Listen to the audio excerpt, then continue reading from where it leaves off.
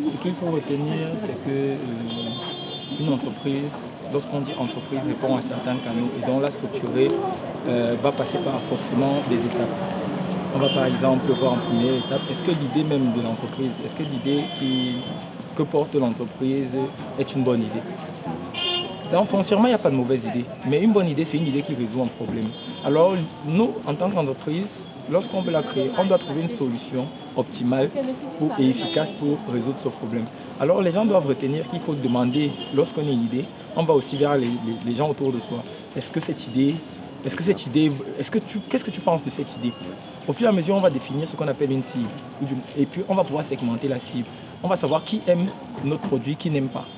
Sur qui est-ce qu'on doit se concentrer, sur qui est-ce qu'on doit communiquer. Une fois qu'on a segmenté ainsi, on va étudier le marché.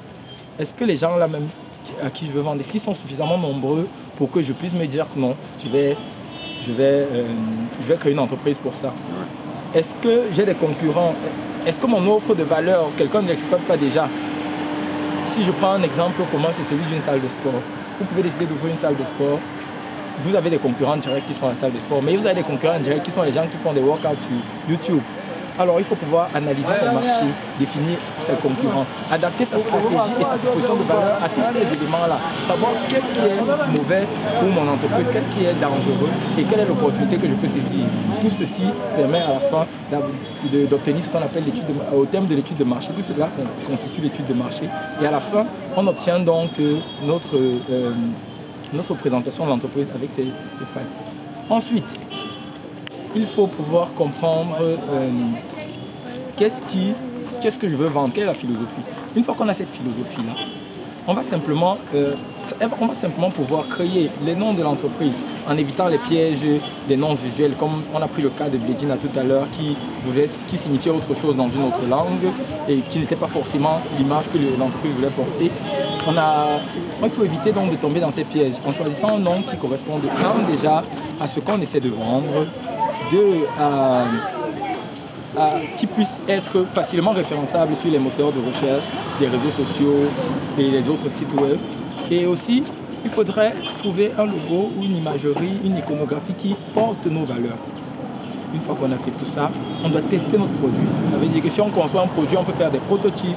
Si ce sont des services, on peut commencer à les proposer un peu pour voir si les gens sont intéressés et comment accentuer son marketing. Après cette étape, on devrait pouvoir créer l'entreprise. On devrait pouvoir, ça c'est qu'on a réuni tout ce qu'on avait jugé bien et tout. On s'est dit que non, c'est rentable, ça va l'argent pour créer ça, c'est possible de trouver l'argent pour créer. On va donc créer cette entreprise et on va essayer de la faire évoluer. Tout d'abord, avec notre prototype, on va tester le marché.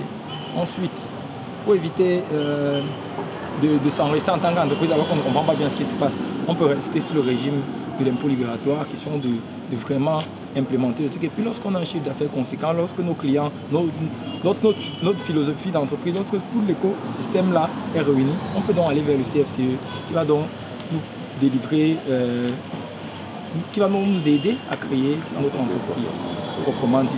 Et ainsi, on pourra donc évoluer et vaquer sur le marché comme monnaie. On a parlé des points importants à retenir, comme le fait de payer ses impôts, comme le fait de se documenter sur la réglementation et la légalité dans notre domaine d'activité, les bonnes pratiques. Pourquoi est-ce qu'on décide de faire ci et pas ça?